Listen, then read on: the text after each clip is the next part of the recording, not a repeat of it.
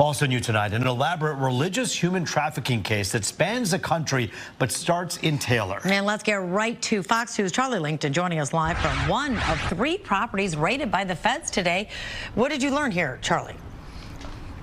Well, we learned a lot. First of all, this is a big indictment that came down here. 10 counts, mostly, though, about human trafficking. There's some money laundering in here. But let me tell you, I'm at the Kingdom of God Global Church in Taylor, Michigan. That's it right there. It's a huge place where a lot has happened over the course of the year. You can see state police are here. FBI is here. But take a look at this guy, though. This guy's name is David Taylor. He is the subject of this. He's 53 years old. He says he owns these call centers. That's what they're called, not only here, but in Tampa and Houston as well. He also says, at least according to the indictment, he is an apostle, and Jesus is his best friend. He also has multiple face-to-face encounters with God. Now, here in Taylor, this center here is called the call center, where he's got what they call armor bearers. These are people that live and work here. They're unpaid, they're sleep deprived, and they must obey Taylor's orders, or if they defy God, they'll be punished. This is all part of the indictment. Now, he also says that he wants women to come in here, not only to take care of him,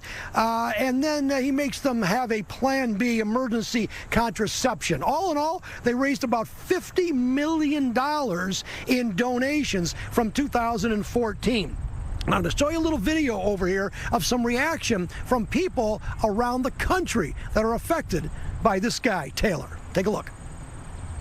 It's not just happening right here in Tampa, it's Ocala, it was really all over the country. So this was an incredible network, if you will, that generated significant profit for the individuals that were engaging in the trafficking. So I think if there's any lesson for all of us is that this truly can happen in any community, anywhere in our country. How could a pastor afford to live in a house like that? I mean, even some of the people who live there couldn't afford to live in that particular house in there.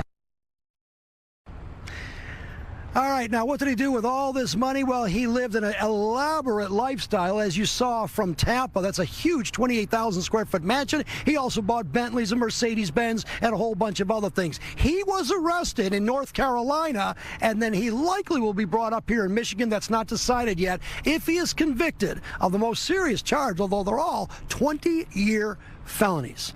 I am live here in Taylor. I'll send it back to you. Yeah, and then these followers donate money, trusted in faith, and they trust their pastor, their reverend, whomever, the leaders of the church, and they hope that they're doing the right thing, and then you see something like this. What can be done about it? What are they saying, Charlie? Well, these are people that were apparently, I want to say brainwashed for lack of a better word, but this is a human trafficking case. He got these people into his church. He would not let them leave. And if they did try to leave, he would punish them physically, sexually, etc. He also said that they had to get social welfare, like food stamps, and they had to bring them to the church. I mean, this is a human trafficking case as much as it is a money laundering case. In fact, more so, it's human trafficking with a religious tone. I mean, this is very severe, and it's not just here in Michigan, it's across the country. Definitely more on this story. Yeah, it makes it even more disturbing. Charlie, thanks for the report. A pair of church leaders accused in a nationwide human trafficking case will remain in jail after appearing in federal court today. One of the hearings was in Tampa, where Michelle Brannon declined to have a bond hearing, instead choosing to have the hearing in Michigan, where the case is actually based. In a court filing, prosecutors say that they want Brannon held until her trial. They wrote that she is a danger to others and worry that she may try to run. They also indicated that her home address was listed as a mansion in the affluent Avila neighborhood in North Tampa. That property was one of 4 across the country raided by federal agents yesterday. Authorities say the properties belong to David Taylor and his Kingdom of God Global Church. Court documents indicate the church was operating 9 call centers.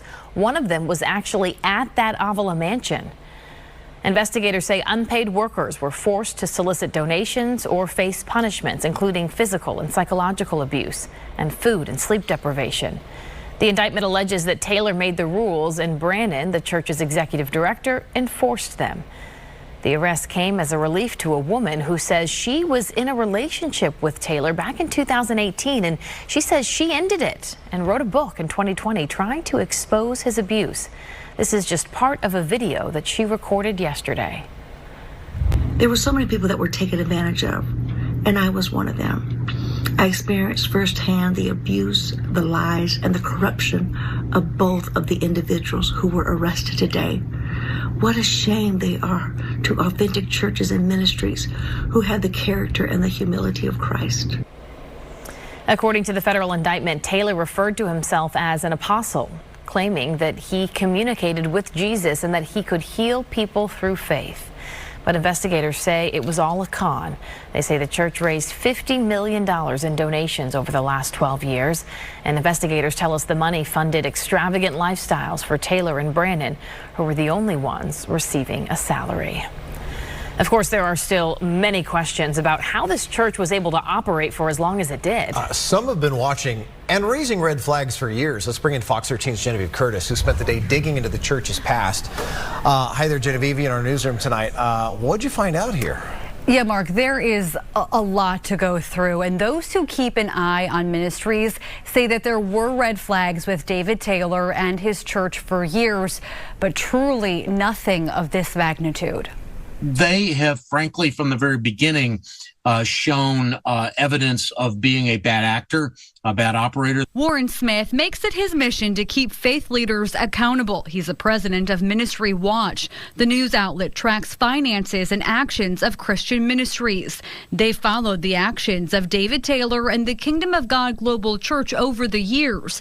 But Smith says the allegations contained in the federal indictment of forced labor and human trafficking were shocking. A level of evil, a level of wrongdoing that even among some of the worst actors that we've been covering over the years here at Ministry Watch, and we've been around for 26 years, I don't believe I've ever seen anything quite like this. The indictment alleges since 2014, the church amassed $50 million in donations, leading to questions about how it went on for so long. We are living in an oversight and accountability and regulatory regimen for nonprofits that was devised in the 1950s and 60s.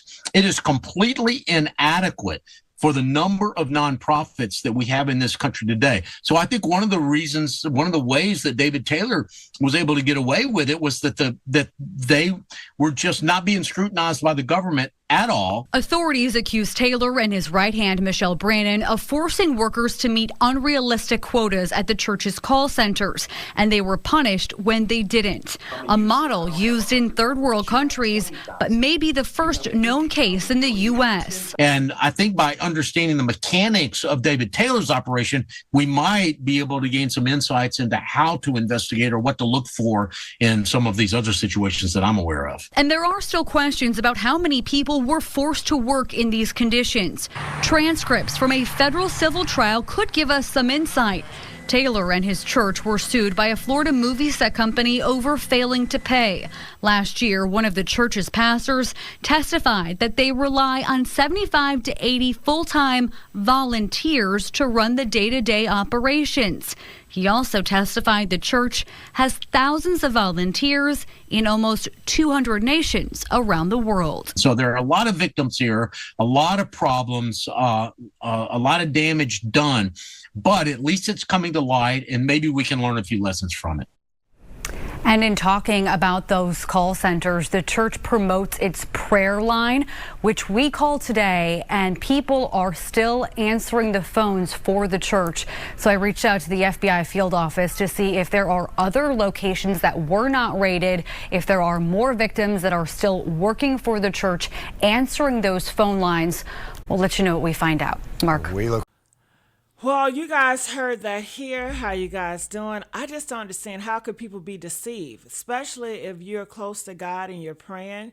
God doesn't give you discernment to know that he's a fraud. $50 million. I mean, that could go to so many communities in need. But people are giving their money to religion because of their feelings. And they're not even connected to God, because no way God is going to deceive you like that. No way God is going to say, give your money to him and have you under his leadership. You cannot be connected to God to follow a snake like him. That is deceptive, and that lets you know that people, they're not really spiritually. They're in their flesh, they're in their feelings, and it's just a feel good. I feel like he's this, and I feel scared if he said this, and you're listening to a man that raised over $50 million in human trafficking and having sex with these girls. That's why they needed the Plan B, because he was having sex with these girls, young girls too, underage girls too. And this was going on for so long, since 2014. And he have 2 big mega churches. And it seems like people are easily deceived. And it just makes me feel a little bit better, because I'm not like people. I have a different mindset. And so many people, they are followers, they are sheep. And this is a great example. These people are sheep. There are millions of people that's been affected. $50 million. You know, these people are sheep. So nobody can tell me anything, because I know I'm very spiritually connected. I'm very grounded. So I want to know your comments. I want to see what they're saying in these comments. So let's look. Let's see how the people are responding to this. All right, so I'm going to blow it up so you guys can see. I want you guys to comment. I want to know your thoughts about it. And they said they have been talking about this man for years. So harmful for true believers in churches. Well, true believers really need to connect with God, because these believers are not connecting with God. No way God is going to allow you to follow a snake for all those years, and you're praying. Who are you praying to? Something is really wrong with believers if they are so easily deceived by people in the pulpit just because they raise a Bible out. That's off. Warning, false prophets are on the rampage. They've been on the rampage. The only blessings plan they have is to steal your money and make themselves rich. I think it's obvious, you know. I hope he goes to prison for the rest of his life. The gullibility of half the population never ceased to disappoint me. Very gullible. Very, very gullible, you know. Most people in this world is very gullible. So please have a mind of your own. Don't listen to anybody else, especially if they're in religion, because most of those people in religion are very gullible. This is proof. This is not the first pastor that have deceived many. It's plenty of them. Most of them have, actually. Well, comment. I want to know your thoughts about this. I just want to get you guys updated. I love you guys, and I'll see you guys on the next video.